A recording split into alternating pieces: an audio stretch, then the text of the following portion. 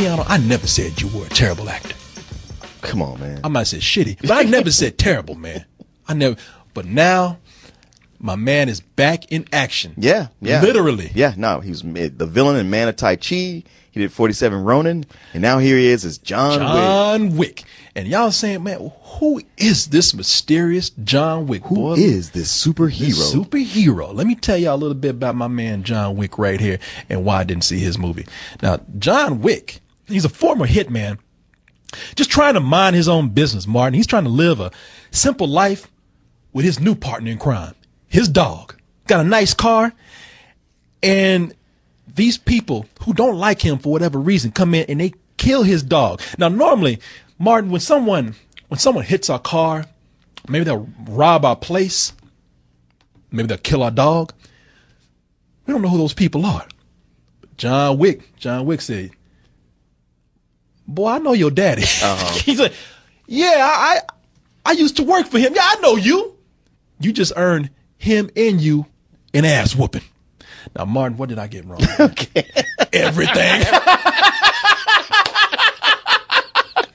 Hey, Martin, I only repeat what the internet tells me. Martin stood up here the whole time. I saw this shit. You didn't. Can I talk? Can I? Go ahead, stupid. You wouldn't let me see this. You made me go see something else. Yeah, that's true. That is my fault. Yeah. You insisted on seeing this. I took the bullet tonight to go see something else, even though I want to see this so bad. We're introduced to John Wick, who is in love with his wife, but she's dying. Her last present to him, a dog shows up with a note from her saying, don't be sad the rest of your life. Love this dog. And he does. He gets 2 days to bond with this dog, and a bunch of low-level asshole Russian gangsters want his car. And that punk-ass Alfie Allen, who you know as Theon Greyjoy from Theon Greyjoy from Game of Thrones. Theon's still getting that ass whooped. Yep, he's got to be the little bitch son of the big time Russian gangster who's all like, "Hey, how much for the car?" He's like, "Nah, it's not for sale." Oh, really?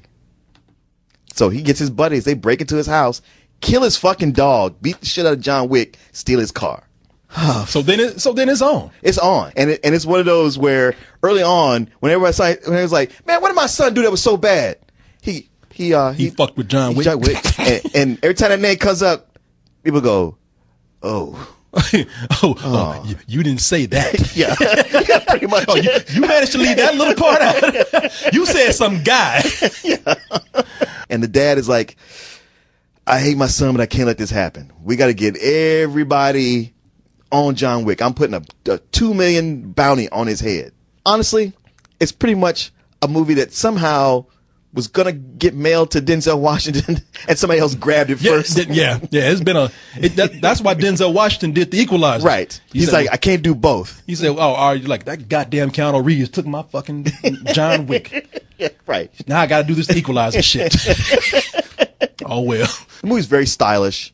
The action scenes are great. I don't remember the director's name, but clearly he knows how to direct action and the music, the style, everything, all that's good. I had a guy named Chad Stahelski, who apparently was a part of the Russian mob before he made this movie. He's like, yeah, I got my ass whooped by John Wick too. Yeah, makes a cool movie though. It and The Equalizer are almost the same. I mean, sure, Denzel Washington is superhuman in what he's able to do, but John Wick is a killing machine who's able to survive some ass whippings here and there and keep on going. And hey, man, if you like action, it's cool for that. But it is a repeat of that over and over again. There's not a whole lot of depth to it here. That's what I hear about the movie, man. I hear that this is just a movie that doesn't do anything new, but it's for an action film. It's just a cool ass action movie. Yeah, it is that. I mean, the thing is, it's weird because John Wick is a guy who like on some levels he's a no bullshit guy, because anybody he comes along with, he shoots him in the head. He shoots. It's almost like to John Wick everybody's a zombie, because he's only going for headshots. Double tap. And I see action movies all the time where kill the head, kill the man. Yeah, I see them all the time. I'm like, double tap, because that person gets back up again. I'm like, see dumbass, should double tap. He does it. At the same time, the movie manages to keep going, because there's certain bosses that he doesn't kill, and you're like, come on, man, you know you gotta take this guy out. What? Why are we bullshitting? Yeah, taking his time. And I know what you mean. I know what you mean by the villains, because the villains in these kind of movies, man, it's the same old thing. They never learn. Shut the fuck up. Yeah. The heroes are usually the quiet ones. You know, our heroes are so quiet because they know to shut the fuck up and do their job. Yeah.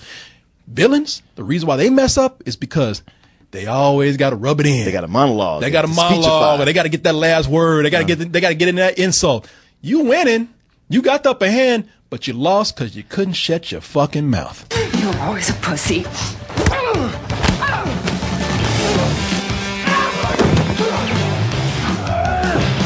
Now see, she had it. Mm-hmm. She was winning. Threw him on the ground, but it's like, this bitch called me a pussy. I was going easy on you because you're a woman, but now I'm about to beat your fucking ass right now. Look at, I'm about to do some Neo Matrix shit on your ass.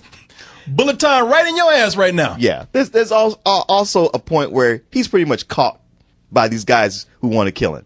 And the villain, not only does he monologue first, but then he walks out of the room like, all right, take care of him, and leaves. And you're like, man, when are you guys going to learn? You stay to make sure the shit is done. Oh, wait a minute. No. You shoot him before you even like tie him up and drag him anywhere. Y'all got to be smooth. Mm-hmm. Y'all got to do that shit of walking away from the exploding car. You're like, take care of him. Yeah, and walk on out. You walk into the room, it's like, oh, shit, where you come from, John? Shit. It's one of those movies that goes into Hitman fantasy world. Of course. Because there's lots of killing, no consequences, to the point where there's a special fancy high-class hotel that's just for hitmen. Nobody can attack anybody. They have the best orgies down in the club. Oh man, you know what? I was looking at the trailer, and I saw that club. And I said, I looked at that ass right there. Yeah. Oh yeah. I said, you know what? That's something that Corey Coleman can't ever touch. That's because that right there. That's an ass to kill for. Yeah, right. Literally. Yeah. Yeah. How many hits you got on your record? You got to have about 10 to touch them ass cheeks right there. This movie has everything that I want, man. It has a revenge story for a dog. Yeah. Had that ass. You know what?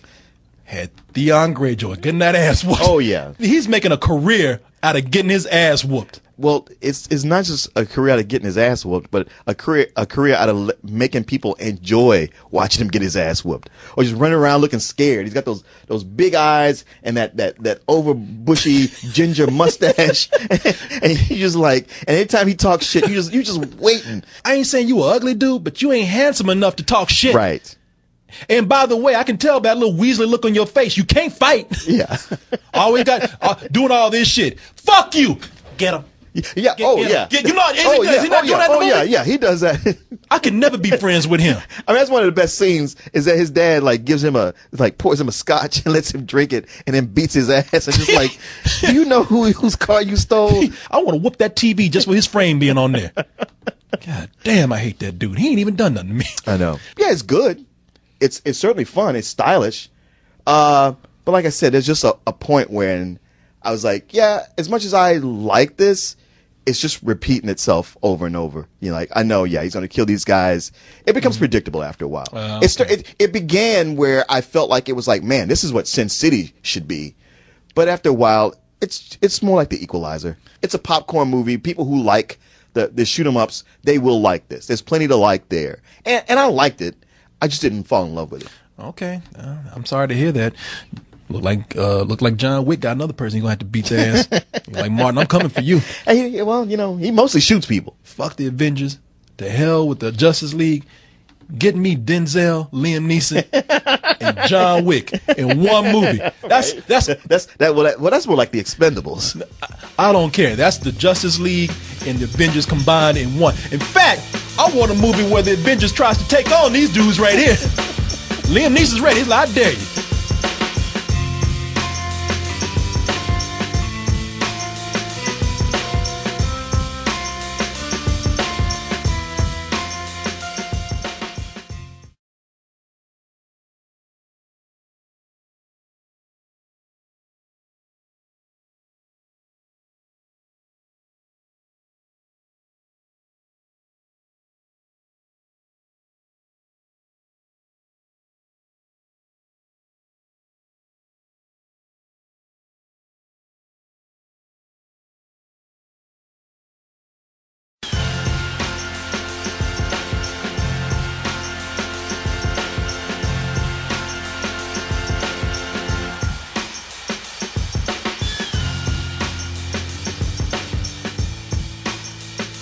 Ouija.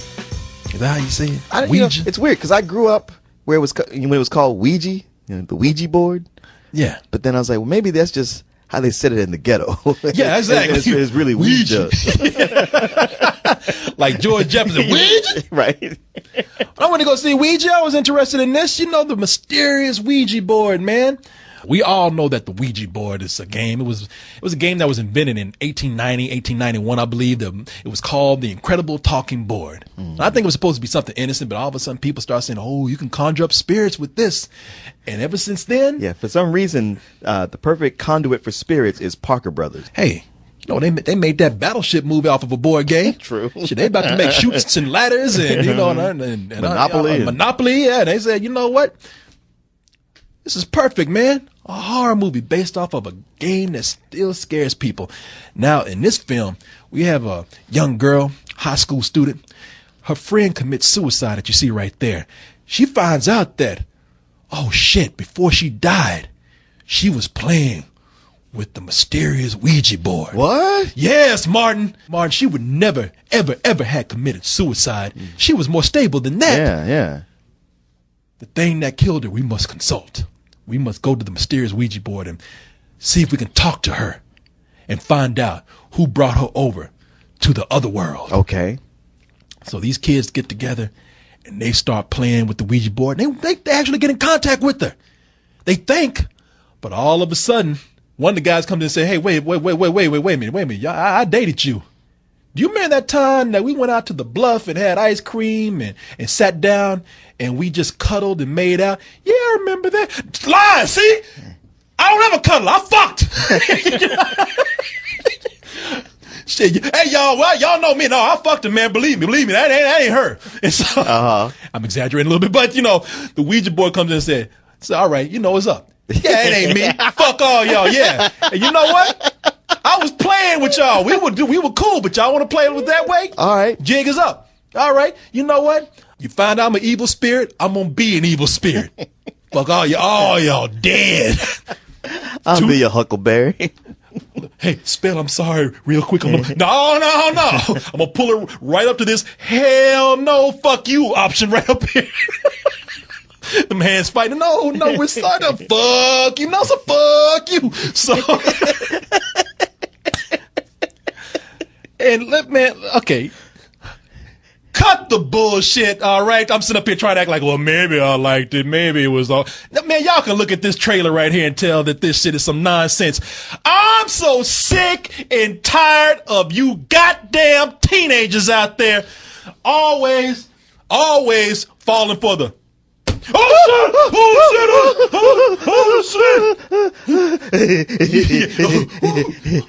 oh, girl, did you cut the bullshit? Really? Are y'all that starved to be scared? This is that movie. It's a front-loaded film where they know that bitch-ass teenagers like you're gonna flock to this for your cheap scares and your cheap thrills. It's a cheap movie to make. It's boring as hell. But on that first weekend, it's going to make a lot of money. And the cycle continues. It's gotten to the point now, these movies don't even try, Martin. That's what I'm telling you, man. That's why I don't like horror movies, because they don't do better because they don't have to. Nobody challenges them. Well, let's not put that out there for all horror. There's people doing really great things with horror, even mainstream horror. I thought Mama was kind of a creepy film, but there was, and there's others, and this movie is not without its creepy imagery. There are some things in there that are kind of weird. I mean, especially if you've ever played with a Ouija board as a kid and you felt creeped out. I played with a Ouija board as a kid, or we made a Ouija board as a kid. I never bought one. Nobody really had one. That's so sad. Hey man, I grew up in Waco. I didn't have shit. We ain't had a Ouija board. We just had some typing paper and popsicle sticks. Hey man, yeah, we just man. Hey man, you know what? Ain't nothing sadder than a fucking Ouija board drawn in crayon. We saw ghosts. We saw ghosts laughing at us. Ghosts even came up. You know, we had our Ouija board. You know what the ghost did? Ghost popped up and said, "Man, for real, y'all can't Y'all can't even use pencil. You know, y'all stupid, man. You know, we weren't scared. We just felt like shit after the ghost was gone. Yeah, you're man, right. that was him. Shut up. But we did this when we were a kid. It's creepy. It's a creepy thought as a child, and this brought back some of those memories for me, Martin. Wayne, we can stop. When Debbie played the Ouija, did she make contact with you? DZ, where are you?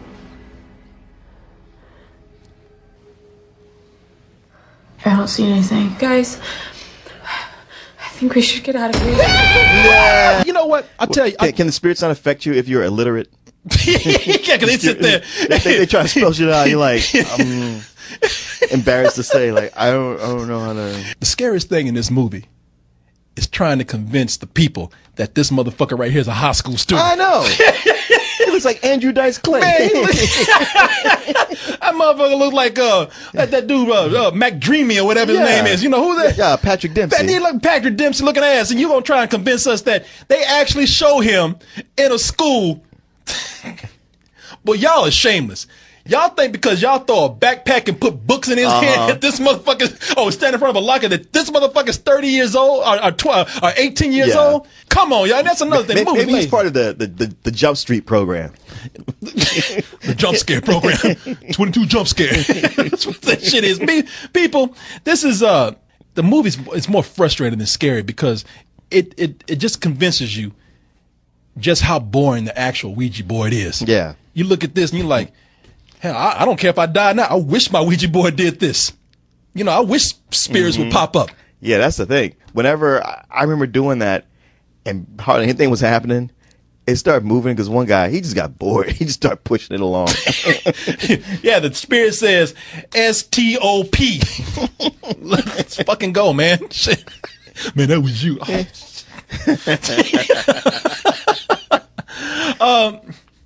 Yeah, people. I mean, I don't want to go long with this review. I will tell you this much.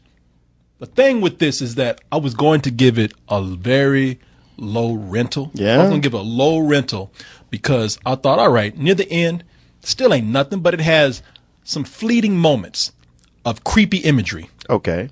There's some moments in there where there's an effect. Even for CG, it's like, wow, that was kind of eerie the way that thing moved. Or they did this illusion right here. And when they hit that haunted house moment, it's like, all right, that's effective. That's what the whole movie should have been, but I'll settle for this and I'll let it just squeak by on a rental. But the end was so flat that I literally yelled out. I said, boo!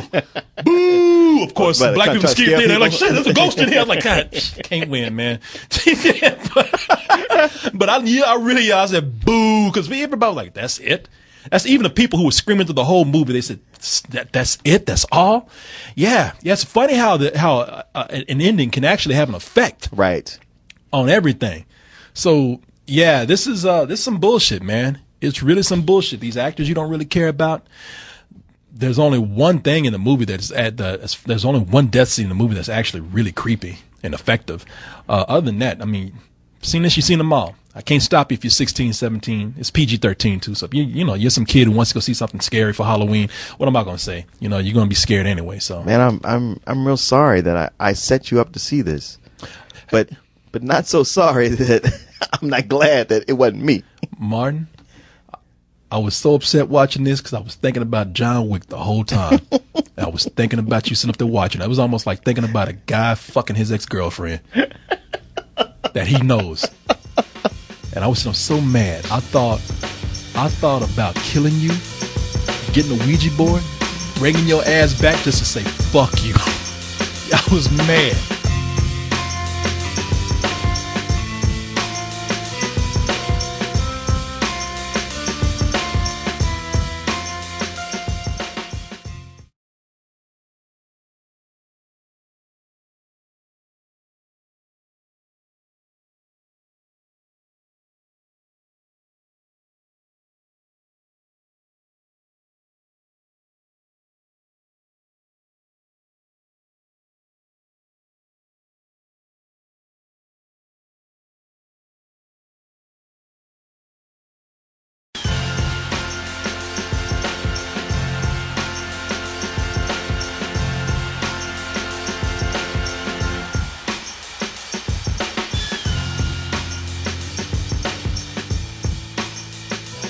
everybody knows Guillermo del Toro. That's the horror guy. Oh, that's the science fiction monster guy. Hey, I like the monsters. Hey, I like creatures. Hey. And the dying robots. Yeah. Wait, that was Arnold Schwarzenegger. I don't know what I'm doing. It don't matter. Yeah. You know what we're talking about. But Guillermo del Toro, he's got a soft side. Yeah, sure. He's got an inner child. Sure. He can do stuff for the kids as long as it involves the dead. Even then, he's like, but I had to put something creepy in there somewhere. Yeah. But you know what? I'm glad he did, because the movie that we're about to talk about is The Book of Life, which ironically deals with the dead. Dios de los Muertos. I got the Antonio Banderas going on, boy. You got it, baby. I'm so glad that they did this, because in the process of making it about the dead, they made one of the most unique animated features that I've seen in a while. Yeah. This is the tale of life, love, and gorgeous death. This is the story of Manolo, who's voiced by Diego Luna, and he's a romantic dreamer who just wants to play music and win the heart of the beautiful Maria, voiced by the beautiful Zoe Saldana. However, between his cocky, cock-blocking friend, Joaquin, voiced by Channing Tatum, and his dad, who's Tanning Tatum. Did I just do that again? You did. God damn, I can't. You know I'm in love with him, because You get butterflies. I get downright dyslexic when I try to talk about him. I want to fuck him so bad. But yes, Channing Tatum, who plays Joaquin, that's his cock-blocking friend, and his dad is always on his ass about being a bullfighter. And if that ain't bad enough, he's got two gods who are playing with his life. They made a wager on who's going to get the girl first. Yep. Mexicans got that good heaven. You know They what do. I mean? The Mexicans got like that party club heaven. There ain't no pitchforks or fires or ass fucking. Wait a minute, what heaven is that? Oh, I'm sorry. I'm talking about like the hell versus the heaven. Okay, I was like, I don't know what your version No, of, you're right. of You're heaven right. is. Their heaven is like just. I can't wait to live my life good so I can die and get fucked in the ass. I just meant their hell. Okay. You know, you go to regular heaven, you sit on a cloud playing a harp all day. No, man. Eat milk and honey, which is kind of gross. Milk and honey, yeah, and all that shit. No, I want to go to Mexican heaven. Yeah. Where you got mariachis, you got tequila, and all you can eat tacos all day long, man. And Wait, that sounds like right here where we are. or you can just come to Texas. Hey, but in heaven, you don't get the shits the next day. That's true. The strength of this film, as you can see right here, lies in its visuals, man. It's a gorgeous film, and as I said, it is truly one of the most unique films that I've seen in a long time as far as the animation style goes. It's a story within a story. Starts out with these kids going to a museum, and they're being told a story. In the museum, they're telling the story through figurines. They go ahead and they adopt that figurine style for the film. And it works. I could sit up here and I could watch this movie with the sound down. I was just going to say that. You could turn the sound off and just marvel at this movie. This was originally like, it was going to go to DreamWorks. And DreamWorks was kind of limiting what this guy wanted to do. And he was like, if you're going to hold me back, I got to take it away. If this movie's eye candy right here, then the store is hopped up on the sugar, because this shit is wild. Story-wise, none of it's really clever or interesting. It's just kind of piled on. And it's just a bunch of one-liners and, you know, Mexican comedic actors you've seen in other things. Just there just to mention one thing or just have a quick sight gag. The movie's like a fucking 2-year-old. Yeah. Not on sugar, but on cocaine. Yeah. These characters were buck wilding all over the place. The part like, shut up! Right. You know what I mean? Sit your ass down. Yeah. And like I said, you have two gods in here. Kate Del Castillo, you don't know who she is, but she's an actress from a lot of novellas. She need to quit doing these cartoons, because you need to see her. She's hot, boy. Oh, I know. She's amazing. And of course, Guillermo del Toro favorite Ron Perlman comes in, and he does the. You can't have a Guillermo del Toro movie without Ron Perlman in there somewhere. Are they funny? And he's a great voice actor. He is. You don't mind it because he's good, but it's like, damn, man. Because y'all can't go nowhere. Nowhere. Do y'all have sex parties with Martin Scorsese and Leonardo DiCaprio? Tim Burton and Johnny Depp. But they play two gods in the movie, Zabalba and La Muerta. They are necessary for the movie, because without them, you can't be taken to this amazing, amazing world that they're taking it. I would love nothing more than to reunite a young couple. Just hold on.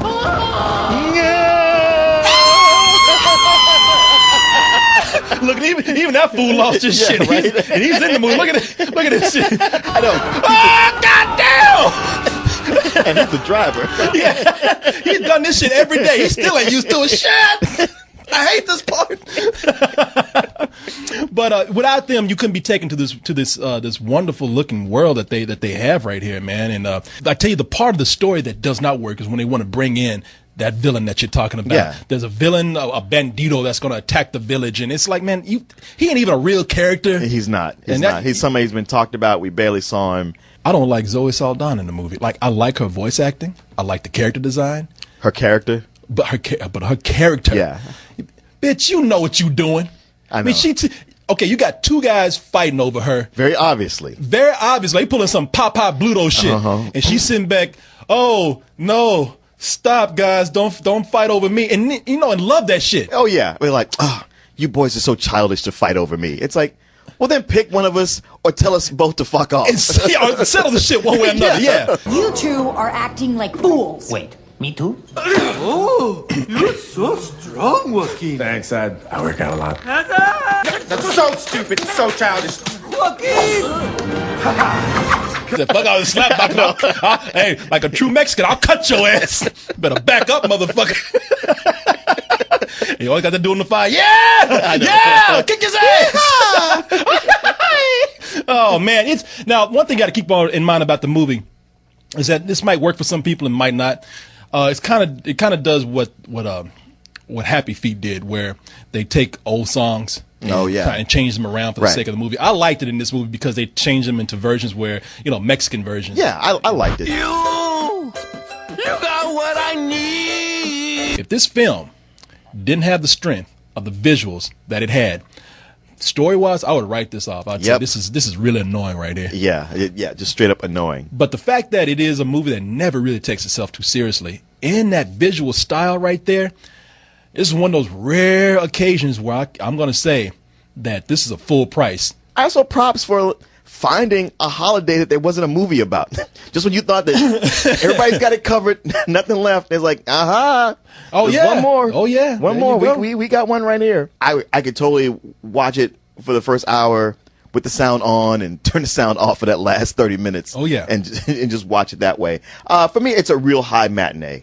Whoever the voice director is on this, or the voice caster is on this, man, did a great job. Really did. There's two people in the movie, Channing Tatum, who does a great job at sounding Mexican. Well, yeah, sometimes. No, I was just listening to it just now. I was like, it's really good. I had no idea that was Channing Tatum until the movie was done. Another person that I kind of liked and kind of didn't like is Ice Cube. They are lively, but the thing with Ice Cube is like, man, y'all got all these Mexicans in this movie, and then you put this nigga up in here. He sounds like Ice Cube. He does. And the longer it went on, the more he was just Ice Cube. Yeah. He even threw in a Good Day reference. He's gonna milk that fucking Good Day shit for what it's worth. And then the Cave Guardian, he was like, I'm gonna judge you with this giant sword. Today was a good day. For real, man. I swear to God, if he does another fucking Good Day joke, you gonna what? I'm gonna shut the fuck up and act like it's the best joke in the world. He's like, yeah, don't let this cartoon shit fool you. I'll whoop your ass. Like, does he wake up with that expression on his face? He's always I know trying. he's a millionaire. How you gonna still be walking around mad? How you gonna be a millionaire walking around like you broke, looking like this? Yeah, that's a broke face. Shit, I need some money. Right. Yeah, nobody be a millionaire walking around like that. They like, shit, it is a good day. I guess for him, it's like the rock in his eyebrow. Shit, I'm hard. I'm hard. Yeah. Yeah. Yeah, Negro, you real hard doing this shit. I mean, I ain't gonna say it to your face, but but from here, I'll say but from here, I say that shit. Say it all day. I'll say this. Dare you to do something. Yeah, I say to this picture right here. Yeah, what you looking at, bitch? You ain't nobody. Fuck you. You better shut up.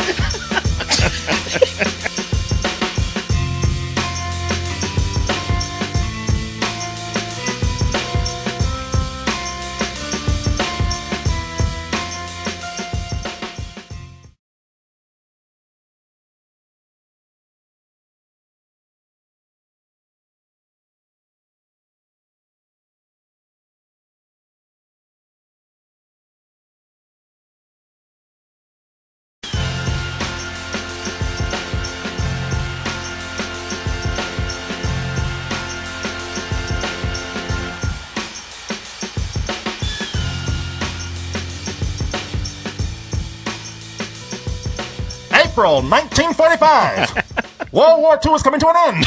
Come on, like, stop that shit. Stop it. That's not bad, Walter Winchell. Thank you. But this is April of 1945. It's the near end of World War II. The Allies, they almost got this thing. Allies about to end this. They say, you know what? We got them on the run. It's done. But the Germans are not giving up. But they ain't giving up. The war is over. Pretty much. In fact, everybody's packing their bags. Brad Pitt got his bag. He's getting ready to go see y'all. Wait. Brad, come here. You and your boys, not you. Come on. Oh, shit, man. No, bring your ass back here. It ain't done. In fact, not only is it not done for your team yet, but we're going to send you into the most dangerous part of enemy territory. Yes. There's still hundreds of them. Their tanks are better than yours. You're going to be horribly outnumbered. Yes. And outgunned. And he's like, well, how am I going to do that? Because I lost one of my main guys. That's okay. We got a fresh new guy for you. Who's never done anything but write papers in his life. Who doesn't know what the fuck he's doing. But hey, you got this, right? Right, yeah, you got it. You the best. We know that if anybody can handle this, it'd be you. I'll put it this way. If the first 10 minutes of Saving Private Ryan fucked you up, do not go see this movie. No. Because that's all this is. This movie's, yeah, it's like somebody said that, like, man, Private Ryan was just kind of a letdown after that first 10 or 15 minutes. I want a movie to give me that feeling all the way through. Imagine if you took Saving Private Ryan and combined it with Saw. I mean, every 10 minutes, somebody's getting their heads blown off. Somebody's burning alive. Somebody's getting shot up and riddled with bullets. I mean, by the time, when I walked out the theater, I thought I'd been through war. I was like, shit. Well, especially considering the theater we saw it in at the Violet Crown, this movie wins for best sound editing because it puts you right there on the battlefield. That's why I love sitting next to Martin sometimes, because Martin loves doing this shit. Martin wants to be part of the movie. Whenever I'm watching a movie with Martin, I say, is this scene good enough? And Martin like, nope.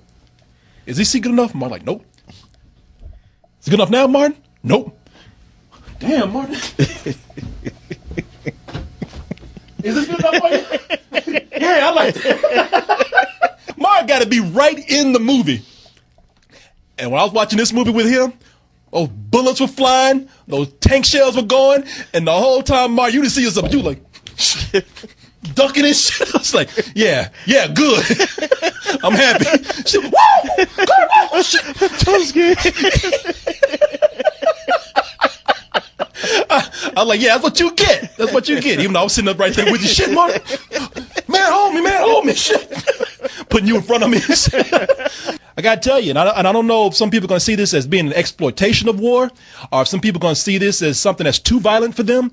But, I mean, as far as a war film goes, I mean, this is one of the best war films I've seen in a long time. Absolutely. I don't care what anyone says. Me either. I mean, because the thing is, yeah, we talk about how it's that all-out brutal action. That's quiet moments. Doesn't mean they weren't tense. I mean, there's a big scene that was one of the most tense scenes in the movie. Oh, ain't no shooting going on, but I was just like, oh, come on, guys. And you got these characters, your heroes. In a quiet moment, you find out that these ain't really good guys. They're only good in as much as compared to the Nazis that they're trying to kill. It does that thing where we got to make this one last stand. We kind of have to sit up here and make it's sort of an atonement for the assholes that we've been throughout this film. And you look at the condition that these guys are in, and you just saw the Nazi battalion that's coming up, and you're like, no, ain't no fucking way. Ain't no fucking way. I mean, and Brad Pitt's talking all this shit. I'm going to hold it down. Even I was yelling, man, get your ass out of there. Even Shia LaBeouf was like, are you fucking crazy? Mount up. Fighting positions when we ain't got to tell you how we going to fight. We got a cannon. No, that don't make sense. You're like, what?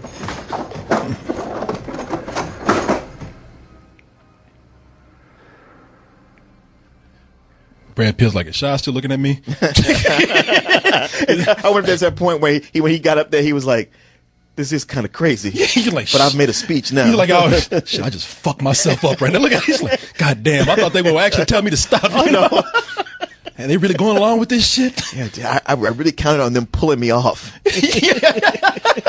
I thought at least one of them would grab me or some shit, but fuck, they ain't doing nothing. He really isn't like he's scared of Shia LaBeouf right now.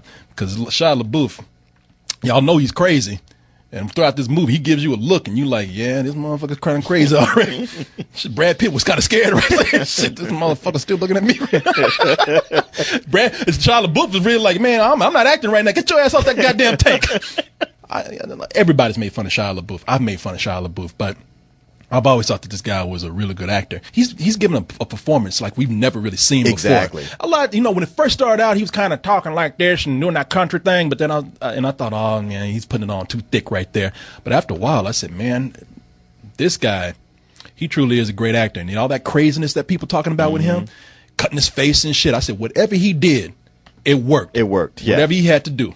And then some other people in the movie that you've seen before, what's his name? John Bernthal? Yeah. Is it John or Joe? Is it John? It's John. Yeah, Okay. It's John Bernthal. Y'all might remember him from The Walking Dead. Yeah. What was his name? Shane. Shane. Yeah, Shane. He's crazy, uncontrollable Shane again. He really is. There he is in the background right there. He's fucking crazy Shane again. Yeah. But this time it's like Shane has just gone off the deep end. Yeah. In fact, they call him coon ass, and I'm like, yeah, that's what he is. It's Michael Pena, John Bernthal, and Shia LaBeouf. All of those guys come in, and they're animals. They're animals, man. And it's a good thing because it shows you.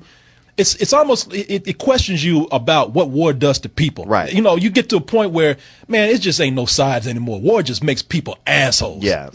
You know what I'm saying? Yeah. And it's also the thing that makes this not like a Kelly's Heroes. Like, it's that band of lovable chums that we just want to see kill Nazis and have their camaraderie. There's also a thing like when they first get Logan Lerman, on their squad. And he's just been a pencil pusher up to this point.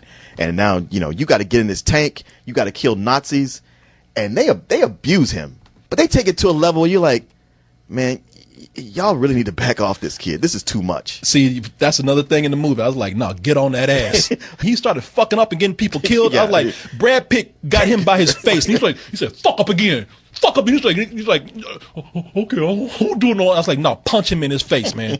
That ain't enough. Listen, we can't go nowhere till you kill a Nazi. Bring that one over here. Should have pulled the training day on his ass. It practically did. I mean, that's what the first half of this movie is. It was like 5 Denzels on one little white boy. It was like, you know what? It was like a Denzel gangbang. Right. You better shoot that motherfucker, man. And man, watching this, I was like, man, if he was 10 years younger, Brad Pitt so could have been Captain America. Oh, yeah. A lot of people saying it. And I'm going to tell you something. We've been talking about the message of war. Yeah, war is hell. War is hell. Everybody's heard that before. I'm about to give you hell for that fucking phone right there. Man, as much as your phone's been going off lately. Yeah, I get tired of your ass whistling at me, man. All I had was a whistle. Yours will go with a complete. You better sing a complete song, and then you sit there and answer the damn phone in the middle of the show. You better pull that bird out your ass cheeks and cut him and shut him up. you need to back off. I ain't Logan Lerman. Hey man, I'm about to pull Brad Pitt on you. You better shoot that motherfucking bird right now, man. A lot of blood, a lot of gore, and they have a tank scene in here that blew my mind, man. I know. It's like a tank standoff. Yeah, they made it interesting. What was that? Was that hit? I lost it. What, are you alright? A controversy with your manual. Fight more, you say to fight. I'm hit it. On what? Tell you what. Ready, one more. One more, Clay. Again. On what? You understand? Now, Martin, my line. Yeah. At this part in the clip right there, Martin did. And now imagine if a clip has your ass jumping like that. Imagine what the movie's like. Yeah, being in the theater. Like, yeah. Of all the movies I've seen this year, this is the one where I'm like, you have got to see this in the theater. It's so, I guess it's so heavy that you know that anytime anybody is shown any kindness, the movie has to say, oh, but in this world, kindness is not accepted. You know, and I thought, well, I got that. I kind of got that. I mean, if it wasn't so predictable in that way, I think I would have accepted that a little bit better. I don't think it was so much kindness is not accepted. It was just like, kindness, not kindness, it doesn't matter because this shit is going on everywhere. But I give the movie a full price. I mean, like I said, I'm into that brutal side of of war, you know, in a film. I'd give it a full price also. It was I mean, I expected it to be good or okay, and I was taken by surprise, and just, you know, I felt immersed in it the entire time, as you said, and it was very effective on me. Like my jaws were clenched the whole time the movie was on. It was written by David Ayers. A lot of his movies take place in L.A. A lot, that's his stomping ground, I think. I'm talking about rough L.A. Yeah. And that was another complaint I had about the movie, man. He can't let that L.A. alone, man. Michael Pena's in the movie, man. Okay. And Michael Pena, this is 1945. Michael Pena's straight out of the hood today. I mean, he's sitting up there. He got a fat gold chain on. Look at that herringbone he got right there. Man, it's got a Catholic cross on it. No, man, shit, that's some cholo shit right there. Oh my God. And he even got that look like, look at him. Hey, I say we're gonna shoot some Nazis today or what, man? That's just Michael Pena. Yeah, man. What's up with these fucking Nazis, man? We're gonna shoot them or what, man? These pendejos. These pinche Nazis. Pendejo Nazis. Look at them. Straight out of L.A. Hey, we're gonna get a burrito after this, man, or what, man? That's racist right there. Why you let me do that? But it's true. Look at him. You're awful, man. You ain't no good. Hey, man, just accept me for who I am.